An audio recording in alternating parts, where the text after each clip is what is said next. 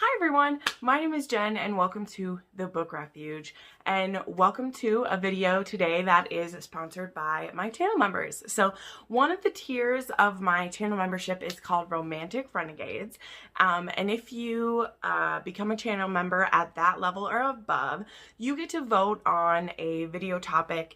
I would say it's monthly, but it's usually bi-monthly.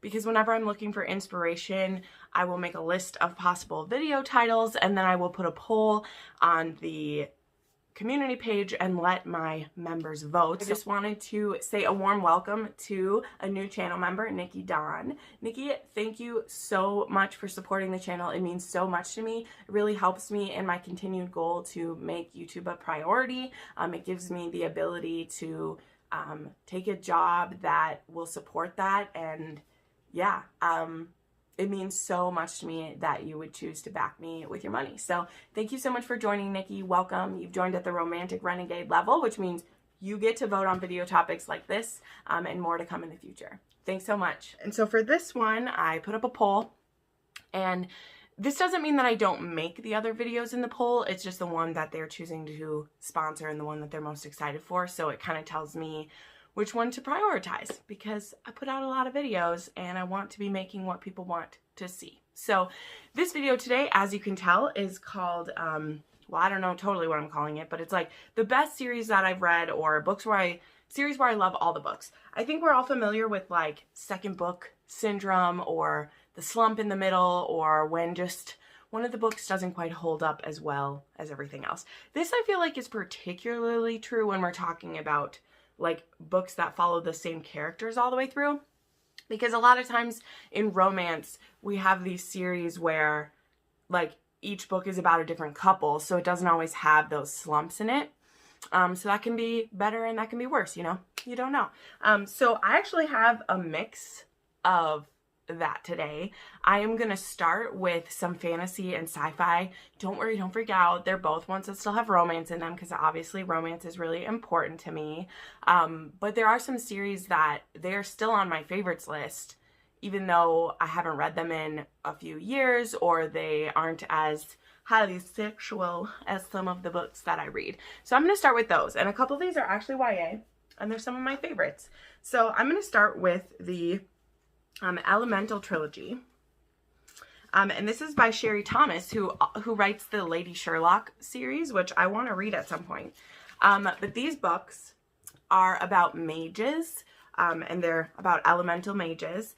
And at the beginning of this series, there's this woman named Isolde, and she is able to call lightning down, and that is supposed to be a sign of the next, like, I can't remember what it's called, like some kind of, or it's Outlander, not Isolde, sorry. And so there's this one prince who he's been told to keep an eye out for the one who can call down lightning. And he's always assumed that this is going to be a boy, because he has plans to get this mage undercover at a boys' school in the UK. So when this ends up being a woman, he isn't prepared for that. And this does end up being a love story between Outlander and I think it's Tiberius is his name. But I absolutely love this series. I actually just reread it a couple years back. I was reading it as it was coming out, and I have all the audiobooks are fantastic because it's told in a really fun way. So there is The Burning Sky, The Perilous Sea, and The Immortal Heights. And this is a really fun adventure. The love story it's so good. It's one of the things that really drew it to me, as well as there is some badass magic happening in here.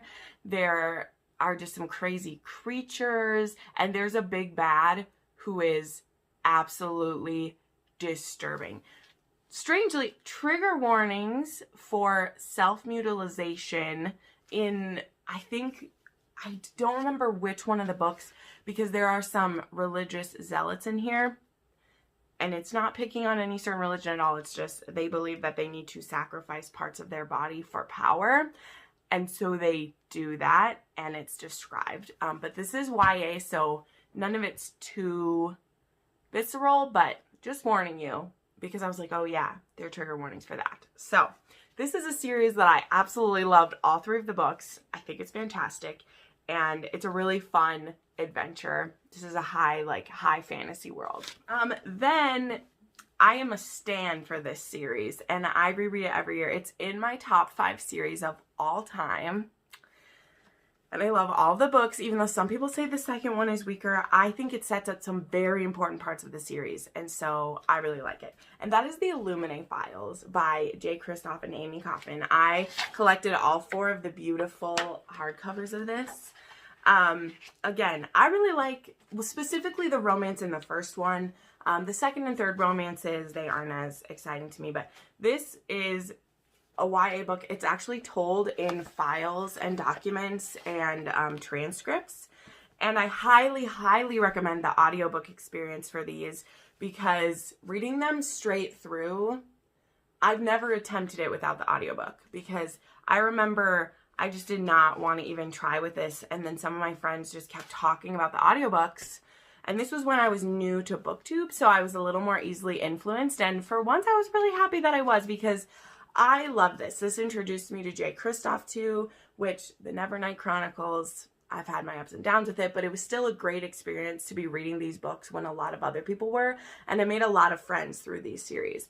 But what is this about? So this is a sci-fi series, and the way that it's told is that there's this disaster that happens on this illegal planet. There's this planet that isn't supposed to exist, and so there's a illegal mining operation that happens. And one of these corporations decides that they're going to wipe this out, because no one, they can't officially ask for help because they're illegal. And so they come in to destroy it. The thing is, this planet, this illegal mining stuff is really important to the government because it's making them a lot of money. And so they have these ships there to protect it. So even though someone comes to attack it, there are ships there to protect it. And so the people down on this planet are able to evacuate up into the ships. And then it ends up being a race across the universe to get to a jump gate that will help them to escape. And there is an AI called Aiden who is has some of my favorite quotes of any book. The "Am I not merciful?" I have a mug, and I literally want a tattoo that says "Am I not merciful?" But I'm not that big of a nerd for this yet. But anyway, and then there is these two, to make it even more awkward, the part that's a love story, is there's Katie and Ezra, and they happen to break up the day that the planet explodes. Not explodes, but everything happens. And so they end up escaping together, but they end up on 2 different ships. He ends up on one and ends up entering the Air Force, and she ends up on she's a hacker, and she ends up on a tech team there. She has a lot of problems with authority. She is on kind of some watch lists on this boat, but then something starts to go wrong, and there is a disease that is going through the boat. So I know this might be a hard time to watch it, but it's very much a zombie type disease. So, it doesn't bear resemblance to COVID in any aspect, right? But I understand if that's maybe a trigger warning for you now. And so Katie, being the rebel against authority that she is, starts looking into this, and she starts trying to warn Ezra about what's happening. But to escalate it even further, the AI, Aiden, Advanced Analytic Diagnostic something network, I can't remember what Aiden's called. Anyway, he is aware of her inside of him doing things, and he becomes very interested in this teenage girl who is messing around inside of him. And so she draws the attention of the AI and thinks he's very interesting. I talked about this for a long time. I told you I love this book. It makes me want to reread it. Listening to this, it has a full cast. The reason it's called the Illuminae Files is kind of a secret, but also not. I mean, it's the events of what happened compiled into these 3 books, because there's 3 volumes of it, and it's evidence to be put forth against the corporation who is responsible for this. So that's why it's called the Illuminae Files, and why they're collecting files and transcripts and things like that. So I know I just talked a lot about a non-romance thing, but I know not all of you are only romance people. But I absolutely love this trilogy so much. So I want to talk about the Filthy Rich American series. This has been going around lately and it's made me so happy. This one actually isn't complete yet. As far as I know, there is supposed to be a 5th book that's coming out, but the first 3 in the series is about this couple. It's about I think her name is Greer. What's her name? And anyway, she needs to get into this arranged marriage with the Hale family. And there is a lot of crazy stuff that goes on with it. It's so hard to explain it because I can't tell you what the initiation is. It's a surprise. I know lately my friend Bree read this. My friend Izzy read this. It's a fantastic series, and especially the first 3 are this crazy ride. And yeah, Nikki Slaone just does some amazing shit, guys. Like, she just writes some crazy stories. But yeah, this is about these crazy elite families who one of them is in some trouble, and so they have to sell their daughter off. And this daughter wants to hate who is going to be her husband, but they actually, you know, need to band together to stand up against his father, who is actually the crazy one. So, I don't know. That is very vague. I get it. These are super sexy. They're super opulent. There are weird traditions and rituals and things happening. This is cool. Medusa stuff. So, I mean, I think you should give it a try. If you like Nikki Slaone, you definitely need to have read this. And yeah, I love this series so much. Then I forgot to grab those books, so I'll just show a picture. The Gamemaker Trilogy by Kresley Cole. I love all 3 of these books. They are mafia adjacent, but mostly the first one is the most like mafia forward thing. There's this girl who doesn't know, I say girl because yeah, I think she's like 20 years old. She doesn't know that her father is like head of one of the Russian mafia families, and it's only when like it becomes known to the other families that she exists that her father sends the professional after her to protect her, and there's instant sparks between the 2 of them, and it's kind of supposed to be a forbidden romance, but it's mostly only forbidden in the eyes of like the bodyguard guy, because he's like, you are a princess basically and I'm not good enough for you, and she's like, I've lived as a college student for the last couple of years, like what is happening in this world? Yeah, and then the second one is about this woman who her friend is sick, and so she takes her place being a escort for one night, and the guy becomes super obsessed with her. So all the guys in this series are brothers. That's how they're connected. And he is kind of this like businessman / like dirty, like he pays off politicians and stuff like that.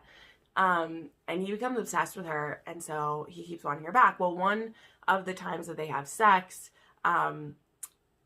they like don't use any protection because number 1, she's not used to being an escort and like didn't plan it very well, and number 2, he like didn't use anything either, and so then he thinks she's trying to trap him because he's a very paranoid man, and she is hiding from some other things in her life, so she's just like, fine, I'll be kept captive by you and have lots of hot angry sex with you, fine, cool, there's no problem here.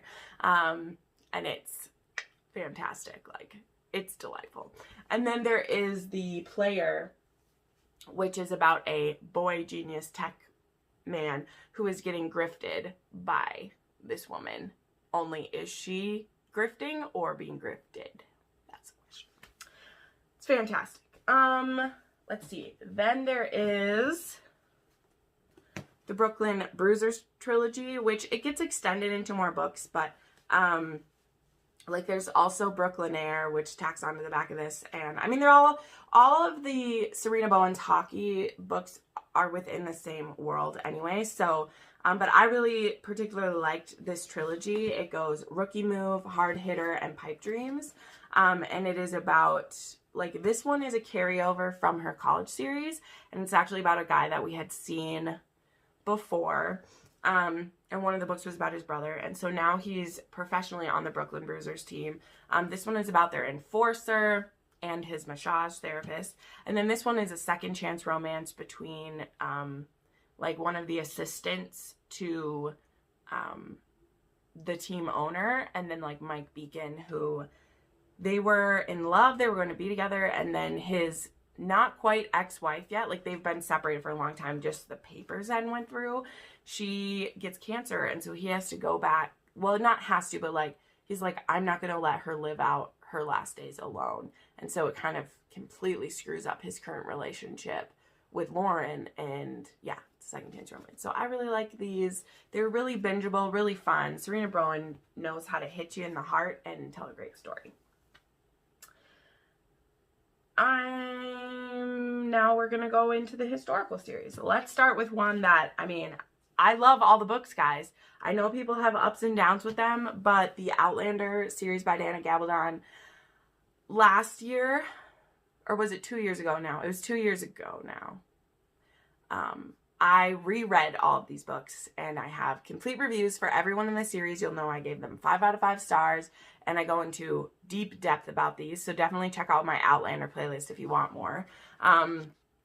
If for some wild reason you don't know what Outlander is, it is about a nurse in the 1940s who goes on a second honeymoon with her husband and ends up falling back through time to Scotland in the 1740s, where she meets a Highlander, James Fraser. He's delicious, and doesn't know how to get back. And through certain situations, she's forced into a marriage of convenience with this Highlander.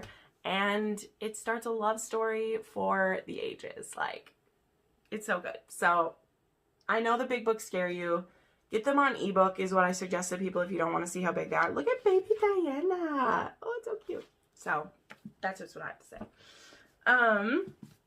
I love all 3 books in the Devil You Know series. Currently, there's only 2 books out. I love most of Kerrigan Byrne in general.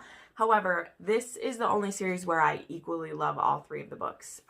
Even in the Victorian Rebels, there's a couple books that are weaker than others. In general, I still gave that series like 4 stars and up.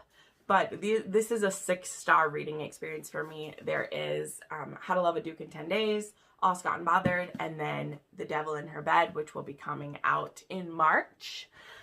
This trilogy is about 3 friends who meet at school. They live through some traumas together. They each have a pretty traumatic past.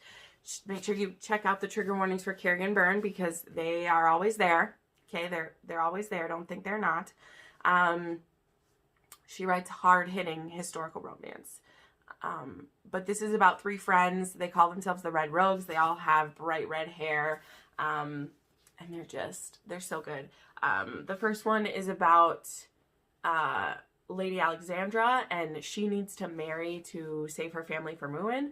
The reason her family is being ruined is that someone is blackmailing her for something that happened to her at school, and she needs to marry rich so that she can pay off that person for good. This is about Cecilia, who inherits a gambling hell from her from this person who has been her benefactor for the last years of her life. She doesn't know who this person is, but this person has been her benefactor.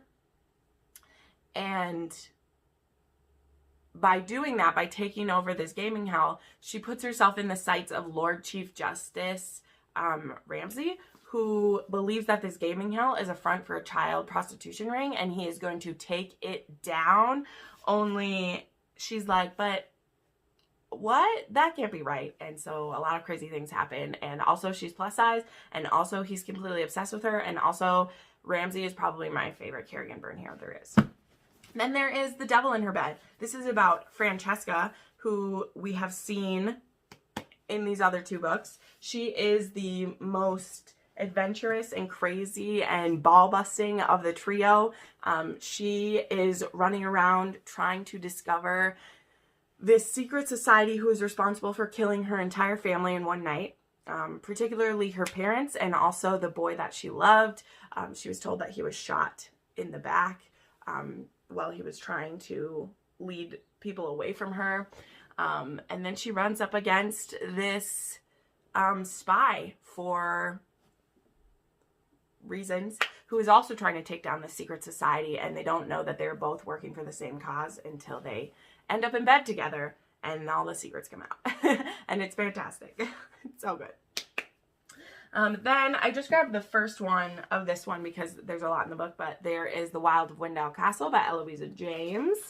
This is about this big rich family and them finding love. Like, it's not that complicated, but it's completely delightful, and each book in the series made me so happy. A lot happier than a lot of the books I've shown so far. This one is about Lord Alaric Wilde, who he is like a celebrity. He's went on these travels and written these stories about the places that he's been. And so he comes back and people have been making like plays about the places he went. They've completely romanticized him. He has like comic strips and like portraits that have been painted of him. And so he comes home to being a celebrity, and it's like the last thing that he wants to be. And then he catches the eye of Miss Willa Finch, who is trying to keep herself really buttoned up and have this crazy facade. And she really doesn't want to fall for a man who is as popular and like celebrated as him, because she wants to keep her life private. I think we can understand that. But as he becomes obsessed with her, he's like not gonna let that happen. So this is great. And then there's a whole series of all of the siblings. I'm not going to talk about each one. I'm sorry. There's a lot so far. I think there's 6 of them out. The next one, which comes out in April or May. And they're delightful. They all have really crazy names. The prequel for this series recently came out, and it is a like second chance romance. A third chance romance for their father, actually, because his first wife died, who is the mother of like a lot of the children.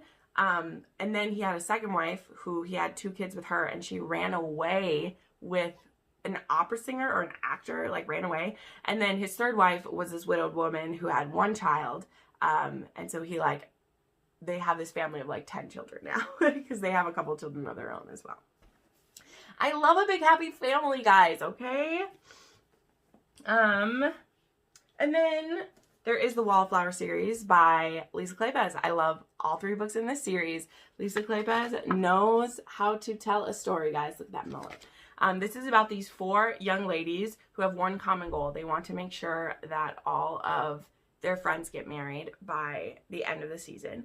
And so we have these 4 women who are going to help each other.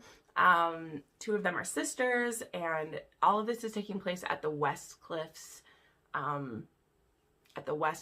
house party that they have yearly. And this one specifically is about Annabelle and Hunt wants her to be his mistress, but she needs someone to be a husband because she has a mother and a brother that need to be taken care of.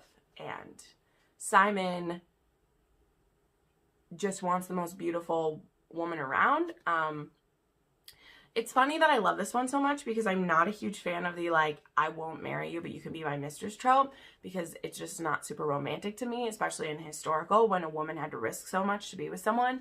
But the way that Simon like thinks about it, I wasn't so annoyed with him. And then the way that Lisa Kleypas makes it all work out is fantastic. This series has some of the most famous Kleypas heroes in it. It has Westcliff, it has Devil, like Sebastian, and it has, I mean, the prequel to this is again The Magic, which is my favorite Lisa Kleypas book of all time. So I definitely suggest The Wallflower. I love all 5 books in the series. So definitely check those out.